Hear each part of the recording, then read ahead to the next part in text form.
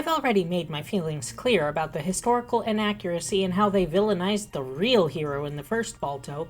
The second movie really has nothing in common with the first besides character names and designs. They could have made it completely unrelated to Balto if they'd wanted to, but I guess they just wanted the association for extra attention. Honestly, I think it would have been a much better movie if they hadn't tried to link it to a previous production. If it was its own story, a tale of a half-wolf dog and his daughter trying to navigate their identities together in a world that judges them for something they can't control, it would have been a much more solid movie. But they wanted the association with the first movie, so we end up stuck with the annoying sidekick polar bears and bad parenting. C'est la vie. The story centers around Aleu, one of Jenna and Balto's pups. Gotta point out here again, the historical Balto was neutered at a young age because of how unimpressive and frankly not very useful he was, so yeah, no puppies for him. Aleu's siblings all resemble their mother, looking like red huskies, while Aleu's coloration is more like a wolf. This seems to be a source of distress for them, even though, well, it really shouldn't be. For one thing, genetically speaking, more of the pups should have coloration like Balto's. Red is a recessive gene, and usually has to be specifically bred for. In border collies, for example, black and white is far more common, while the red ones are much rarer and tend to have a lot more health issues and not be as intelligent as their counterparts because, well, in order to get and maintain that color, unfortunately there tends to be a lot of inbreeding.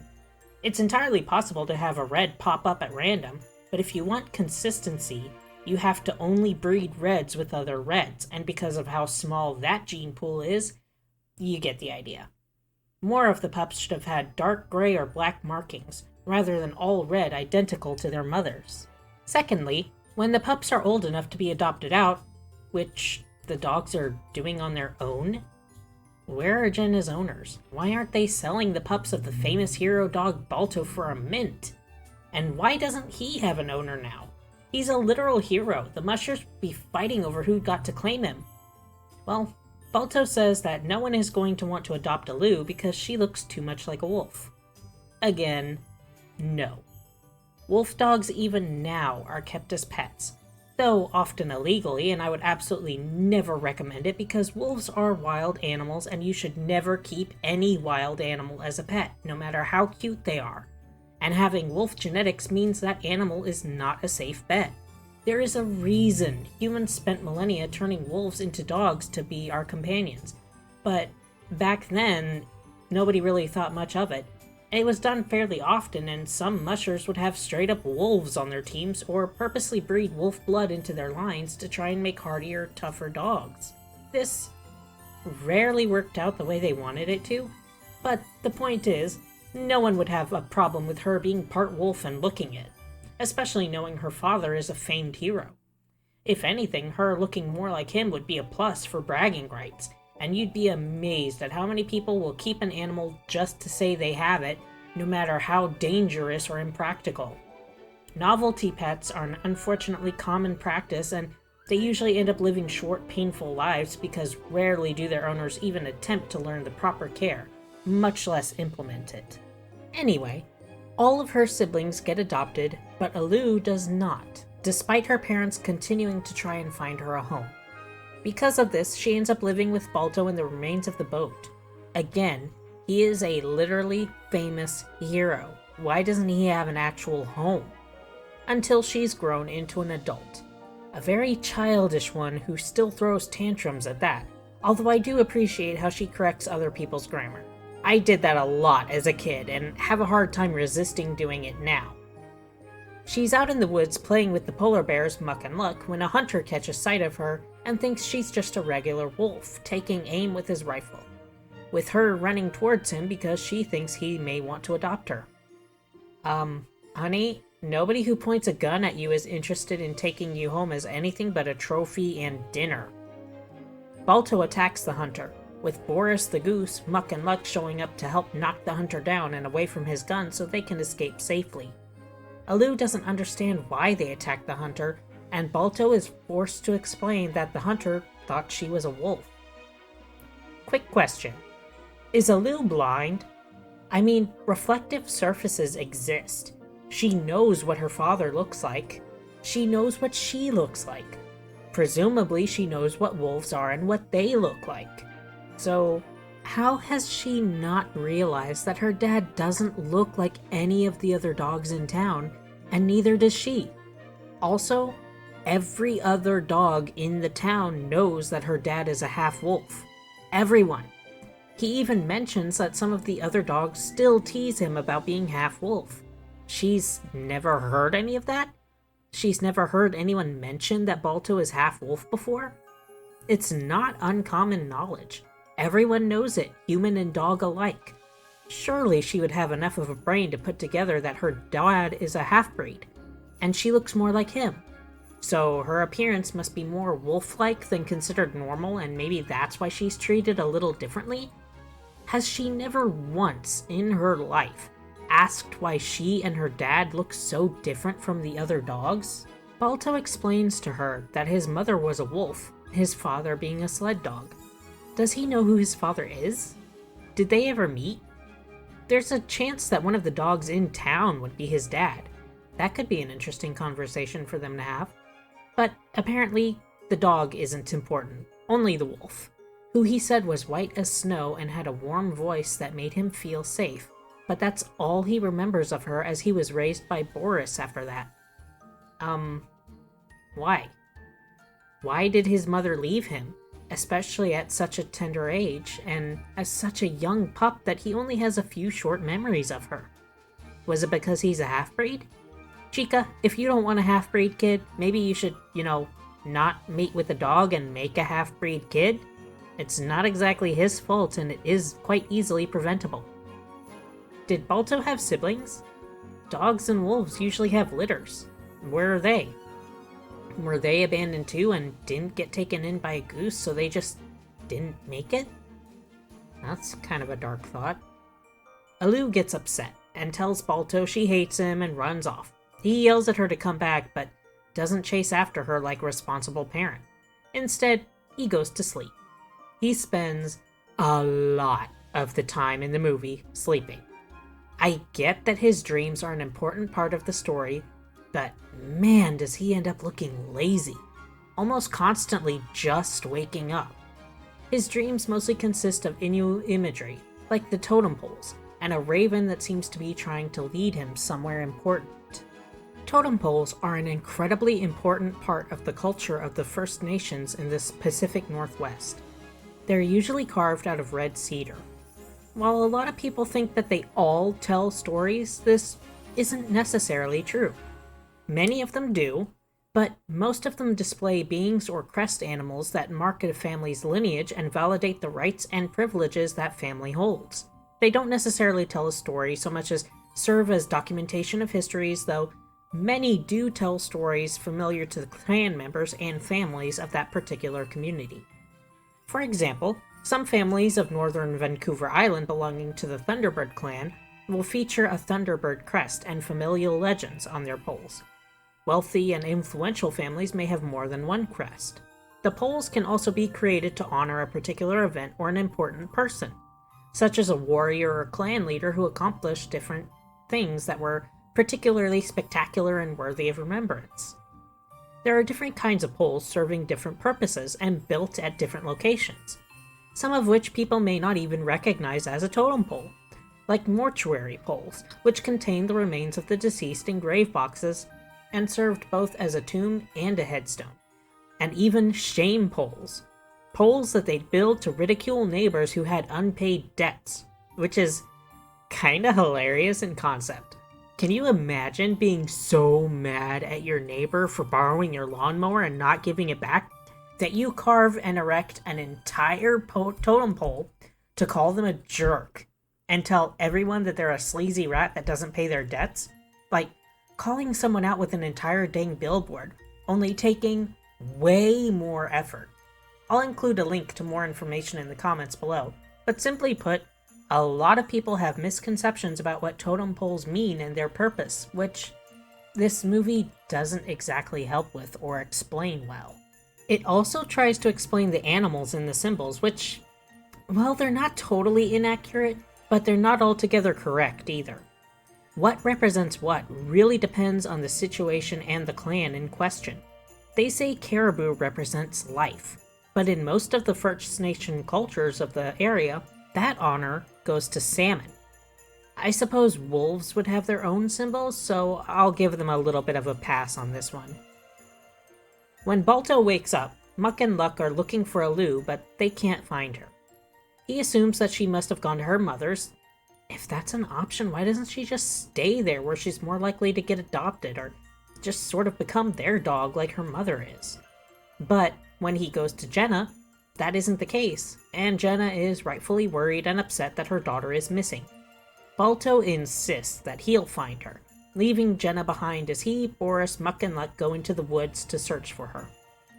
So, he was able to sniff out a dog sled team that had left days before through a blizzard, but he can't find his daughter who had only left that night and whose scent should be far more familiar to him in very clear weather? Balto runs into a fox in a trap who is shown as, well, with the way she's drawn, someone on the staff was clearly a furry. Her voice doesn't really help much either. He helps her out of the trap, which should have been very easy for her to get free from on her own, and she somehow knows what he's looking for. It's heavily implied that she's a spirit. Why are the spirits so invested in his relationship with his daughter? She knocks him into the river, where he gets washed downstream to where he can pick up Aleu's scent. A strange fog separates him from Boris, Muck, and Luck, with him telling them that he'll find his daughter on his own and telling them to go back. This is apparently a journey he has to take alone. Meanwhile, Aleu is taking refuge from the sun in a cave, where she meets a field mouse named Muru, interrupting Muru's song. She is offended when Muru tells her that she loves hearing wolves sing, insisting she's not a wolf. Her mother is a purebred husky. Muru explains that what our parents are, what we are, isn't the same as who we are. Aleu asks how she can find out who she is, with Muru singing another song about how the forces of nature and spirits around Aleu can guide her, with Muru himself being a spirit guide. Leaving the cave, Aleu is attacked by a bear, with Balto arriving in time to help her fight. There's a moment where Aleu meets the bear's eyes and, apparently Aleu has some kind of magical powers. This is what really brought the movie down for me. Spirits and prophetic dreams are one thing, but just having straight-up magical powers like Aleu and the old wolf Nava have, with no explanation for it other than it being just because they're wolves, but none of the other wolves can do things like that. It's just...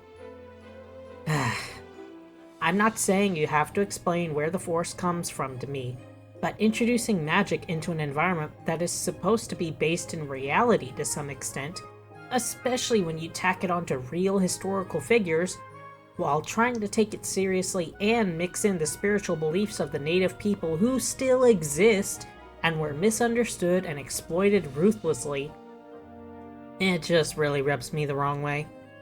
I hate when people's beliefs are used like this, especially the beliefs of people who have been exploited and driven to the brink of extinction.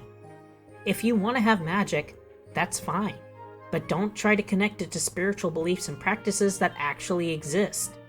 Looking at you, Ashton Laley, with your Etsy store full of crystals that you say can cure illnesses, and the sage bundles for smudging when you have no idea what smudging actually entails. Here's a hint. It's not just burning the sage and waving it around. Smudging is part of a closed religious practice that you are not part of, and trying to profit from it just means you're exploiting the native people, just like all the people you claim to hate and try to be distancing yourself from. You're still exploiting them even if you're pretending to be so impressed with them. Anyway, apparently Aleu can read minds, and was able to see a ledge that she throws herself and Balto down onto to escape the bear, who was also apparently a spirit and dissolves away when they're out of reach. Balto tries to get Aleu to come back home, but she refuses, saying that she still needs to find out who she is. So Balto says he's going to come with her even though they have no idea where they're going. They end up running into some wolves and fighting with them, with the wolves afraid that the two of them are there to take their food.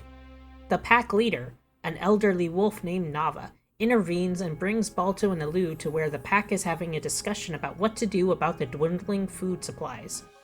The caribou that they usually rely on have not shown up for a very long time, and without them they just don't have enough food. The two sides disagree on how to handle this. Nava says that the trees and grass have told him that the caribou will not return and have moved on forever, so they must do the same and leave the lands they've lived in for generations.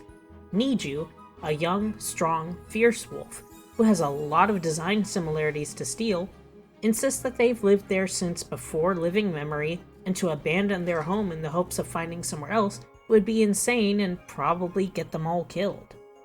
They've both got a point. On the one hand, they just don't have enough food, and more food isn't guaranteed to be coming. Ever. They can't just sit around and hope it gets better while they starve.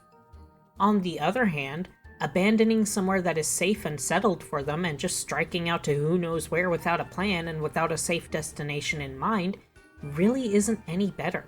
What if they do find somewhere that has food but another pack already lives there and isn't willing to share? Or if there isn't enough to go around? What if they end up somewhere even worse off than where they are now? Niju wants to take the food from the other clans of animals, Nava saying this isn't right, and it's better for them to move on in hopes of finding a better place. Question: what are these other food sources that supposedly belong to the other animals? Are the wolves only allowed to hunt caribou and anything else is considered off limits because they're being hunted by another group of animals? Are only bears allowed to eat fish? Only foxes can hunt rabbits and mice? How does this work exactly? Do the bears have a fridge full of snacks and frozen pizza that the wolves want to raid? Niju challenges Nava and takes a dive at him, but Nava vanishes. Apparently it's one of his tricks, as Niju puts it, but Nava can apparently become one with trees. Seems like it'd be really uncomfortable, but okay. Nava claims that Balto is supposed to be the new leader, that in a dream the great Anayu, some kind of spiritual leader of the wolves, told him that they would be guided to a new home by one who is wolf and does not know. It's pretty obvious to any audience above the age of 5 that this isn't meaning Balto. He knows darn well that he's half wolf, and he's always known that. Aleu is the only one who apparently was unaware of her wolf heritage up until recently. The pack splits, with some staying with Nava and agreeing to his plan to leave, while the others follow Niju and want to stay in the home they've always known. Aleu thinks Niju is afraid, Nava assuring her that Niju is no coward and doesn't fear a fight or death, but he doesn't know how to handle change. I find it kind of funny that the elder is the one who is all about change and moving on, and the younger is the one who is fearful of anything different, when it's usually the opposite in real life. Younger generations tend to adapt to changes pretty easily and are generally willing to leap into new experiences, while the older generations tend to be set in their ways and have a hard time recognizing changes, even when the proof is right in front of them. A fight ends up ensuing later when Nava's half of the pack, following Balto, are getting ready to leave. Niju's half of the pack showing up and attacking them, determined that the pack stay where it is. During the fight, ice flows on the water form a bridge that Aleu says she saw leading to the caribou in a vision. All of the wolves, including the ones who had been following Niju, start following Balto across, even though they can't see where the other side leads, if to anywhere at all. Aleu tries to help Nava cross, but she and Nava are attacked by Niju, Balto having to run back to defend her. The ice bridge starts coming apart, with the pack trapped on the largest piece of ice, floating further and further away. Aleu challenges Niju to go to the pack and be their leader now, but he refuses, returning to the mainland. Nava is too old and weak to make the swim out to the ice floe. Nava and Aleu understanding that it's her that is meant to lead them now, not Balto. She and Balto say their goodbyes, with Balto thinking back on when she was a puppy as she swims out to the pack and is pulled up onto the ice floe with them, all of them howling as they drift into the distance to lands unknown, while Nava and Balto return to the mainland, with Nava saying he will go find Niju. Okay, so, Aleu, who has no leadership experience, is barely grown up, knows nothing of hunting or wilderness survival or the culture of the pack, is going to be their leader now? And, do they even have a destination? If so, how long will it take for the ice to float there? They're on a piece of ice that could easily be flipped by rough waters, melt, where they have no food and the only water around them is salt water. If it's being implied that they're floating all the way to Russia, that'd take weeks, assuming the currents are good and carry them straight instead of drifting every which way. Their odds are not looking good. Assuming they did make it to land again, chances are there's already a pack there if it's good territory who may not like having these strange wolves showing up and trying to take over. Balto starts heading home when he sees Anayu, the great spirit wolf everyone mentioned a few times before, and he's quite startled to realize that she's his mother. Okay, that raises a lot more questions. He's a flesh and blood animal, so was Anayu always a spirit, or was she once flesh and blood and became a spirit when she died? For Balto to be the age he is, Anayu would have likely been around Nava's age, if not a little bit younger, to have had him when she did, so why would Nava revere her like a spirit instead of knowing her as a living wolf, as she would have had to have been to have had a living child? The way the other wolves talk about her is like she's an ancient spirit that they grew up hearing stories about, not like she was a living wolf in their midst. Why would a spirit have had a child with a dog either? Or abandon that child? It's just a really silly way to go about things, and a way for them to try and tie that random wolf that Balto met that inspired him to see his heritage as a strength rather than a weakness in the first movie to this one. It's not a terrible movie. Some of the music is nice, though it's no Heritage of the Wolf by Hans Zimmer. Seriously, Zimmer always goes way above and beyond with his music. But I really think it would have been better if it was its own standalone thing that hadn't tried to tie into the first. Trying to act like their heritage brings them shame when Balto is literally a town hero is nonsensical. Acting like people would care what Aleu looks like when her father is the hero of the town is pretty silly. Throwing a bunch of magic into something that was supposed to have ties to real-life history is just irritating when it's not satirical, and them using the imagery and icons of real spiritual and religious practices of a people who were ruthlessly exploited, and to this day still are, and are still suffering the aftershocks of colonialism, it just really bothers me. There are a lot of ways it could have been improved and made into a decent, if not even good, movie. But overall, it's not a good sequel, and barely has anything to do with the original besides just reusing character names and designs. Thank you all for joining me for another one. I know there's a lot going on in the world right now, and people are really nervous about what's going to come next. The best advice I can give is to hope for the best, but prepare for the worst. Keep your friends close, communicate, and do your best to be there for each other. A single arrow is easily broken. Bundled together, they are almost impossible to shatter. Be safe out there, and I'll see you in the next one. Sayonara.